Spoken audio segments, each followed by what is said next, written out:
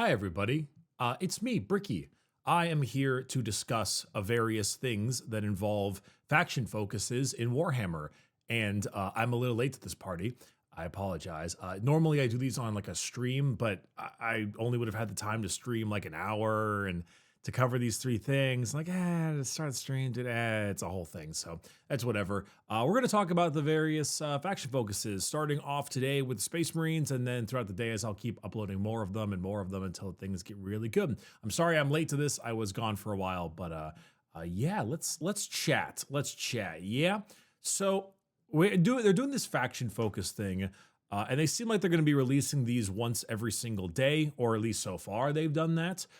Which is actually pretty cool. I think it's a really good way to drip feed us. And it actually makes me think we're going to be getting new, like 10th edition sooner than I expected. I don't know exactly what the plan is. It's normally summer, but at this point, it almost feels like June, which would be crazy. But I won't complain. But anywho, the first one is, of course, the Adeptus Astartes, the main boys. If you're going to start it off, you're going to start off with the Space Marines.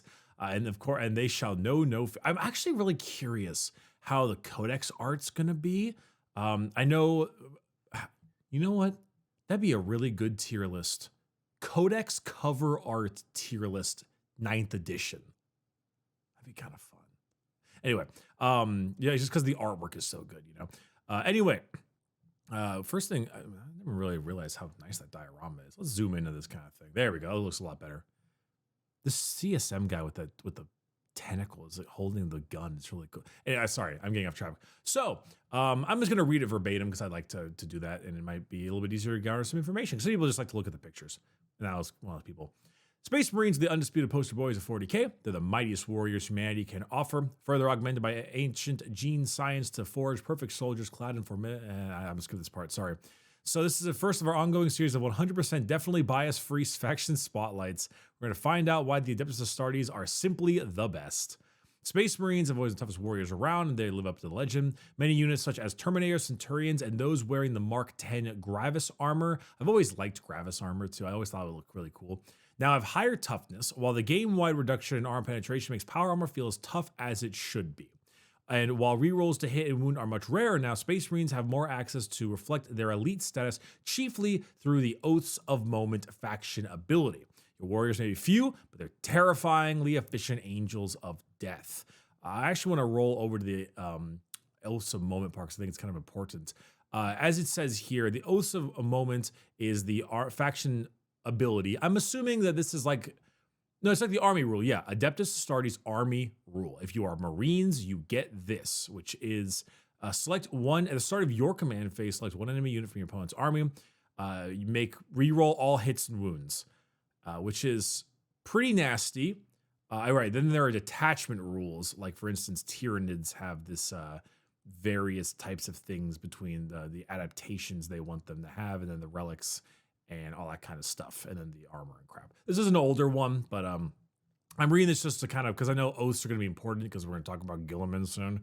But oaths, yeah, it's pick a unit, reroll a hit, and wound. It's a little terrifying. I'm not going to lie. Like on one hand, it's really, really, really good, and on the other hand, like it might not be insane because the biggest issue I fear is centerpiece models like Mortarion or something, because it's basically like army-wide vehicles and everything. And so murdering something like Mortarion is just instant death when it comes to picking it for Oaths of Moment. And it's always a little terrifying with that, but it is only one unit, So if you're not bringing like a big centerpiece model, like how good it will be, like I'm not quite sure. Like, oh, good job. You absolutely demolished my one Lehman Russ tank. Enjoy the other 5. It's like, I'm not quite sure. But it all depends. We'll see exactly how it rolls out at the end of the day. Out of all of the new rules, 10th edition does definitely feel less killy overall, but Oaths of Moment is the one that I'm a little bit like, ew. But anyway, we'll see how it goes. Anywho, let's move on from there. I also do wonder how elite Space Marines are going to be. Normally, when a new edition starts, I think it's a points increase. like across the board. You like have around 10 to 20% just fewer models in general. So we'll see. Space Marines organized in self-contained chapters. The standard doctrine of the Codes of Astartes emphasizes flexibility and exemplified by the Gladius Task Force Detachment. This battle-tested formation is available to every Space Marine chapter, whether they're slavish, adherents of the Codes of Astartes, or slightly more eccentric. What's that? There's a thing. There's a little asterisk there for eccentric. Several other famously less conventional chapters, including the likes of the Space Blood Angels and Dark Angels, will get their own unique detachment rules. You'll be able to choose which ones to use as you compose your army lists. Okay, so this is just, I'm not quite sure I understand the whole detachment rule thing, because if this is just the rules you get if you play as Ultramarine Salamanders, Imperial Fits, etc., that's like really low on flavor. But the idea that I have to pick this or the Salamanders detachment rule also feels weird. Like, it's kind of strange that Salamanders don't get doctrines, you know? But I also don't want there to be too many crazy rules and damages and that kind of stuff. So it all depends. I choose less than more because we've been too killy for too long. But yes, the detachment rules here, the combat doctrines.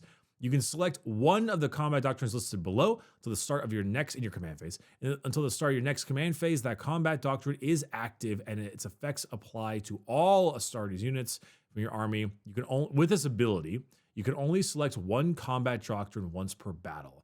So doctrines are not something you cycle through. It's just the thing that you have. Dev doctrine is you may shoot when you advance. Tactical doctrine is you may shoot and charge after falling back, and assault is you may charge and advance and charge. This is so good, dude. I'm so happy it's not AP. I'm so happy it's not AP. Oh my God. I played a buddy recently who was running like Iron Hands, Dread, and tanks. And the fact that, and I was playing CSM, and the fact that I lost like Armor of Contempt and he got permanent Dev Doctrine, it's just like he gets base equivalent of +2 AP the entire game. And it was so rough. It was so demoralizing playing Space Marines, Chaos Space Marines like Eldar, jumping and shooting and bouncing and stabbing. But it's interesting that these are only once per game. So you get 3 turns of fancy doctrine. Which is really good because like not having it all the time is a lower amount of power, but these don't actually make anything that is just pure damage buffs. It's tactical. You know, Space Marines should be a little bit more tactical, and this is more tactical. You know, you need to get some good angles. Here's your Dev Doctrine. You're really in the thick of it and you want to back up and return fire. Here's your Tactical Doctrine, and Assault is when you want to ram. Like, it's pretty great. I love the fact that they're once per game. That requires, you know, thinking. And I love the fact that you get to choose when is which. It's like more flexibility. Whenever it comes down to any kind of gameplay balance, I always want, like, you know, skill should triumph over everything. And for the longest time, 40K, for the most part, always felt like you won based on your list. And the things that gave you more skill, more intelligence with how you played it always was more exciting to me. It's why I liked Sister's Miracle Dice, because it was another thing you had to work with, like how you spend it, how it's used, how you generate. It's like another avenue of skill. The Eldar have a similar thing. Eldar are a very skillful army. Gene Stealer cults are another really skillful army. Lots of armies that have more things that aren't passive makes the player require more brain, and that's fun. This is not like doctrines that are just passive AP bonuses. This require you to think, require you to choose. It's a resource to garner, which means it's more skillful, and I love that. So, really interesting. Each of these combat doctrines only work once per battle, so choose wisely. Combined with the Oaths of Moment that all Space Marine armies get, you can rally and unleash a hellacious strike on dangerous foes at a critical moment. Unit Spotlight, the Land Raider. The humble Land Raider. So it's got a 10-inch move, so pretty classic, a little slower than some vehicles.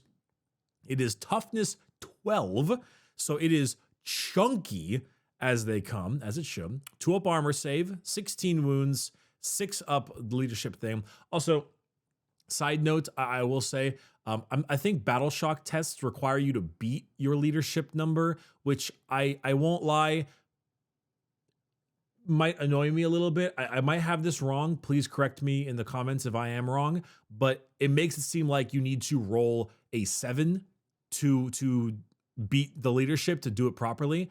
And I hope it's annoying because everything else in the game is a 2+ is 2 and higher. Ballistic skill of 3+ is 3 and higher, 4 and higher. This being 6+ and not being 6 and higher, but instead 7, it is a little. Correct me if I'm wrong. I think that's how it goes, and that's annoying, and that's just aggravating to deal with. I don't know why that is, unless I misread it. But if I misread it, then ignore this whole section. But 5 OC, kind of impressive that it has 5 OC. So you could have 4 regular 1 OC models on objective, and your Land Raider just crunches them. It's kind of fun. 16 wounds though. Whew, it's pretty cool. Deathly Demise D6, so the classic explosion rule. Oh, it's a moment faction bonus. I noticed though it doesn't have the doctrine keyword, which is something, because it said in the doctrines, combat doctrines is active and its effects apply to all Adeptus Astartes units from your army with this ability. So I don't know if it gets the ability because it's in the detachment, therefore it gets it, or if it's like one of those classic like brackets ones for the thing. I don't really know. I'm not sure. Does it have anything there? Command phrase active and it applies to all Adeptus Astartes units from your army, just says with this ability. So I don't know. Regardless, we'll scooch past that real quick. Assault ramp, you can move, get out, and charge. You bring in the old days. This is actually going to be disgusting in the Assault Doctrine, like actually disgusting, because I mean, crap. Like if you're moving something like Terminators, right? Moves 10, get out 5, probably get out 3, because it's like more like get out 8, and then advance and then charge. So it often advance like 3 to 4. We'll go with 3. So 21-inch move and then charge. Good Lord. If you use Assault Doctrine turn 1, that is. Good Lord. That'd be horrifying. Anyway, it has a damage characteristic here. 1 through 5 is just -1 to hit.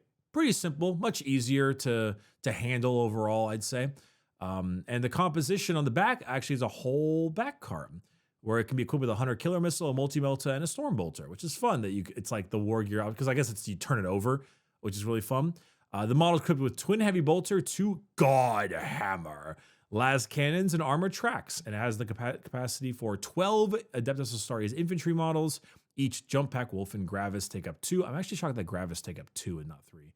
And Centurions take up 3. And yeah, the keywords are interesting too. It's got smoke, probably a stratagem-based thing, transport, Imperium, Land Raider, so on. But the thing that's more interesting to me, besides the assault ramp, is actually the weapon profiles. The las cannons still have the solid 48-inch range, excuse me. And the God Hammer las cannon is 2 shots to represent the 2, not twin. Hits on 3, strength 12.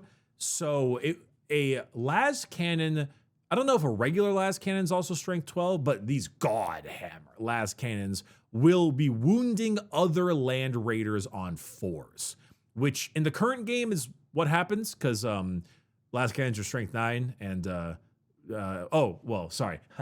CSM Land Raiders are T9. Your puny Astartes ones are T8, so they wound me on 4s. But it's not here nor there. Same AP, but D6 plus 1 damage. That's kind of fun. Just a little bit of insurance, so you don't accidentally leave a Space Marine on 1 HP out of nowhere, which is kind of fun. It just makes them a little bit better. Feels good, man. 1 Hunter Killer Missile as well is also strength 14. Ballistic skill 2. I didn't actually notice that the first time around. Ballistic skill 2.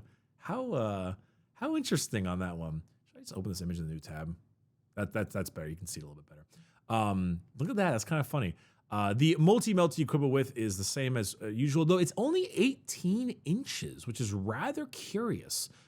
Strength 9, though, so we'll need this thing on maybe on 5s. Storm Bolter is rapid fire 2, as usual. And then Twin Heavy Bolter and the Armor Tracks. Now, these two are the things I am the most interested in talking about. The Twin Heavy Bolter and the Armor Tracks, that is, because this overall is a really interesting design philosophy that kind of makes me think a little bit. So I don't remember how many of you played 7th. I played a bit of 7th near the end. And for the most part, twin weapons could like re-roll their shots or something, basically, right?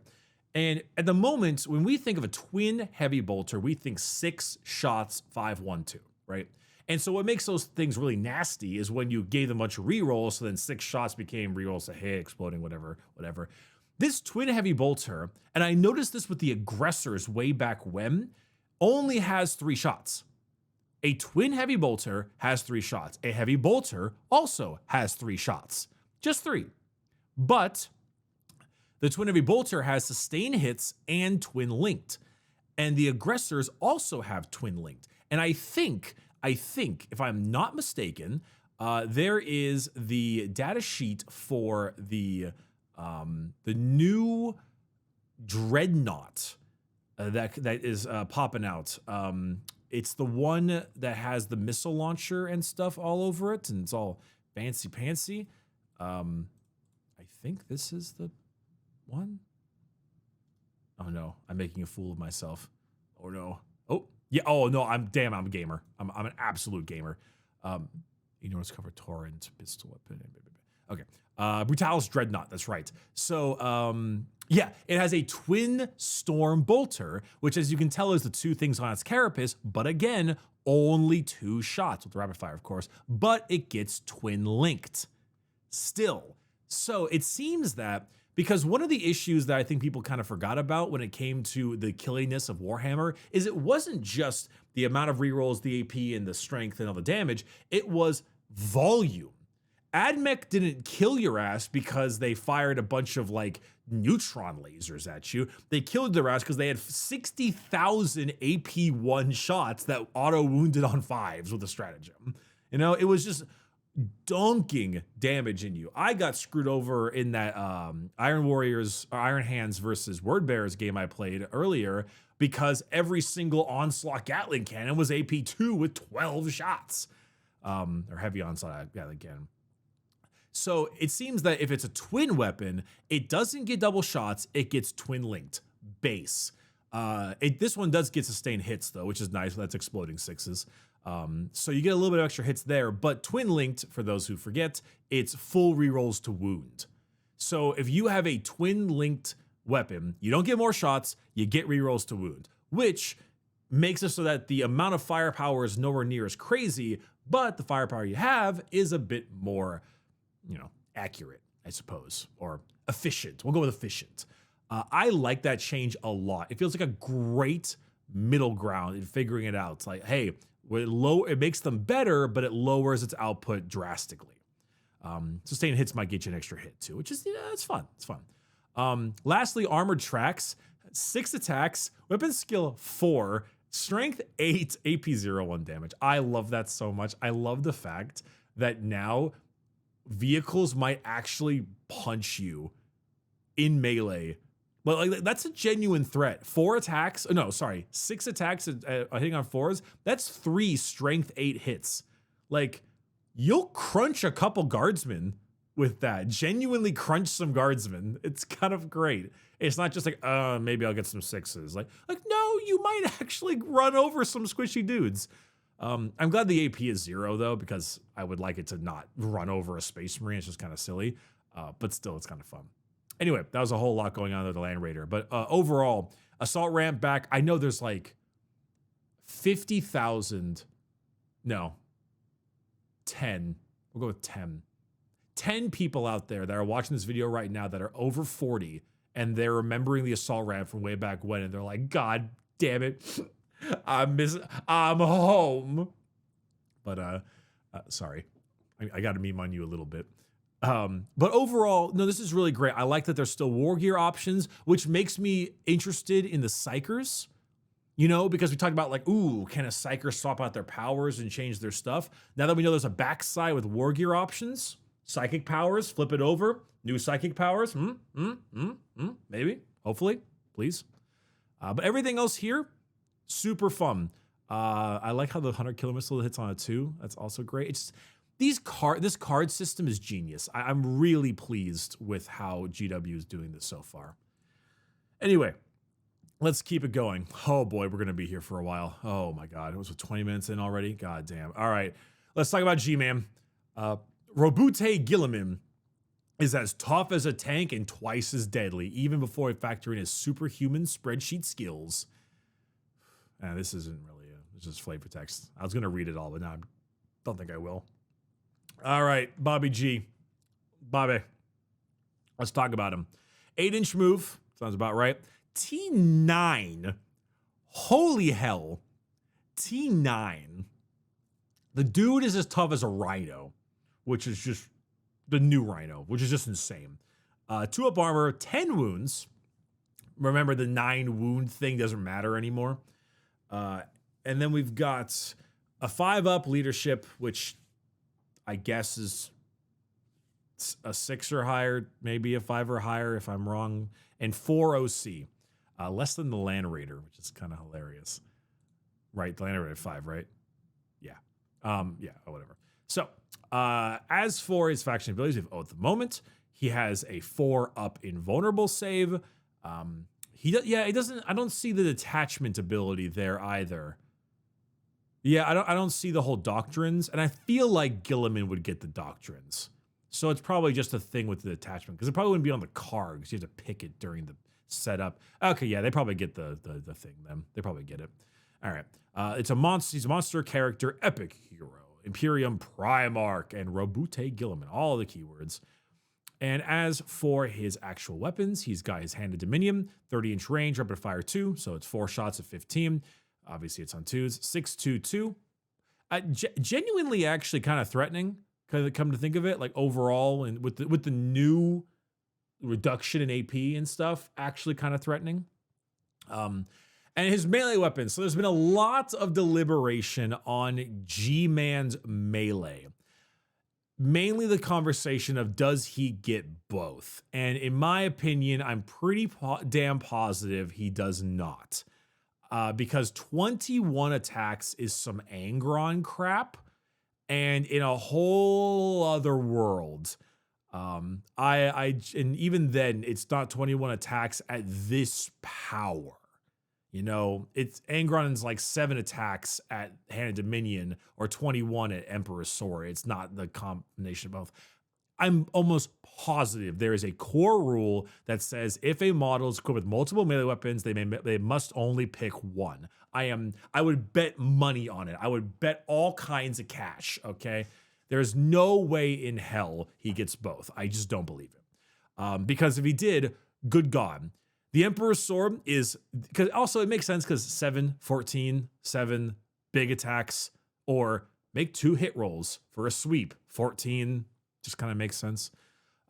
14 attacks, though, is eye-watering at 2-up, 8, 3, 2, devastating wounds. Remember devastating wounds? That means wound rolls of a 6 do the damage characteristic in mortals. And then the attack sequence ends. People keep forgetting that it's not a mortal in addition. This will now do 2 mortal wounds to you, and the attack sequence ends. This will just rip through pretty much any infantry thing in the game. Like I can't imagine something is tanky enough to go through that. Maybe some things like Terminator. I mean, invul saves will cause a little bit of a problem, but this will put some hurt on basically anything you throw it at, as it should. And then, of course, there's the Hand of Dominion, which is more of an anti-tank threat. Strength 14, AP 4, damage 4. So this is just, oh, look, the Land Raider. Wha-bam! Absolutely. All you need to do is sink 4 hit shots in, which hits on 2, 7 attack. Let's say he drops 1, wins on that. So 3, 6 left. So he drops 2 more. So 4 go through. They take 6 ups. If they don't make any, it dies. If they make one, it lives on 4 wounds, which is fine. That hits really darn hard with someone in averages, that is. So yeah, I mean, there's no way he does both. I just don't believe it. This is it. One or the other. Because even if it's one or the other, he still hits like a train. As for his abilities, though, we have the author of the Codex, which we're seeing a lot of lately, which is here are 3 possible, abilities. Pick one, which I want to do a little I told you so here. I got to do a little I told you so. Whose data sheet kind of sucked recently? Vashtor. Who has 3 abilities? You have to pick one of the 3. Vashtor. Who said it might be an assumption that might be 10th edition prepping? Your boy. I'm just saying. I'm just saying. It's pretty similar. Okay, I'm done. It wasn't just me. It was like everyone else said that also. Anyway, so you can pick one of these 3 options. The first is 6 inches around him. They get +1 OC and reroll Battle Shock. Second one is you may pick a second unit for Oaths of Moment, and after the first one is dead, that one is the new Oaths. And the third one is you may select one friendly Adeptus Stars unit within 12 of this model for a stratagem for 0 CP, and you can do it even if another stratagem has already been used. I actually find all 3 of these incredibly balanced, and that's extremely impressive that that's the case. So the first one I think is very good. Adding +1 objective control to models is insane because in a sense, for objective control 1 models, you're doubling their presence. For everything past that, it has diminishing returns, but even so. And rerolling Battle Shock tests can be incredibly good depending on who you're fighting. When we talk about NIDS tomorrow, there'll be more of that going on.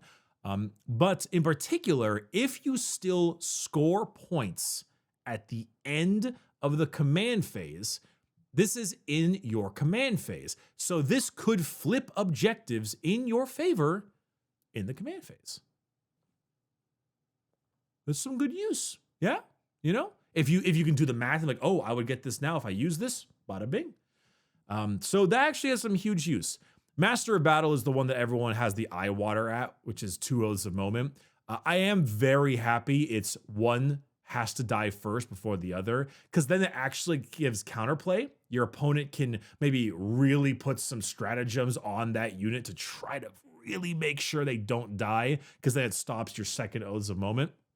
I like that one too. That one's pretty good. Also, lastly, though, Supreme Strategist, this is just really solid. The fact that if, like, let's say Transhuman exists, I'm assuming it probably does, or even Armor of Contempt. Let's say Armor of Contempt, right? You give a unit Armor of Contempt, -1 AP on that unit. You can just do it again for free on another unit within 12.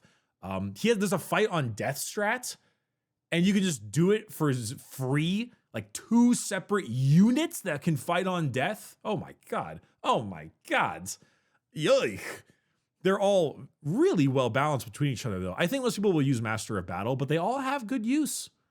Ultramarines Bodyguard is here. If he's by infantry, he gains the Lone Operative ability. For those of you who forget, Lone Operative is you can only shoot him if you are within 12 inches of him. So it's kind of like Lookout Sir, but none of that finickiness. If you're within 12, you can just shoot his ass. But if you're outside of 12, you can't. And last but not least, he has Armor of Fate, just like Celestine thing. Come back on a D6 at the end of the phase on a 3-up with 6 wounds remaining, which is pretty crazy. That's 6 wounds, not like a D6 or anything. It's just 6. Like, oof. Yeah, G-Man is looking like a baller. He is looking like a baller. I am very impressed. A little surprised his leadership is only 5, though. Space Marines are 6, he's 5. Like, our Custodian's going to have a higher leadership than he does? That's pretty craziness. We'll see. I don't know. Then again, leadership nowadays is not like running away. It's not being a coward. It's being like pinned. Like, oh, I'm pinned. Help me up. I'm dying here. I need a medic bag. So yeah, G-Man's looking like a total baller. He's looking crazy, but in like a good way and toned down compared to his prior iteration, which was Gilliman's Moving Castle of murder and rerolls. All right, moving on. We've got the beautiful Redemptor Dread with the heavy onslaught cannon, which has devastating wounds, 12 shots, 601. Doesn't have, I think it had 1 AP before, now it doesn't. And so that's kind of nice. And it has devastating wounds though. So wound rolls of a 6 do mortals, bada bing. And then you see the heavy laser destroyer, which is a giant repulsor executioner weapon. It's heavy, so I'm assuming that if you don't move, it gets +1 a hit. So it'll be hitting on 2s if you don't move, which is cool. Or is that infantry only? I think it's infantry only. Then why would they even give it a heavy? Why would they even give it heavy? Why would they even wait? Yep. Can I look at? Oh, it gave me a link to the goddamn thing with the screw it, whatever. It's strength 16 though, which is insanity. So it wounds a lot of things pretty well. AP 4 is crazy. D6 +4. It's gonna hurt really goddamn bad, as is the point. And now here it says there's a smaller, more focused slate of unique strategies for each faction. The Gladius Task Force provides 6 crucial options. And the asterisk is that there are 11 core stratagems. And for example, here it is. Yeah, only in death does duty end. You pick, it's 2 CP. You pick an Astartes unit. It says a unit too.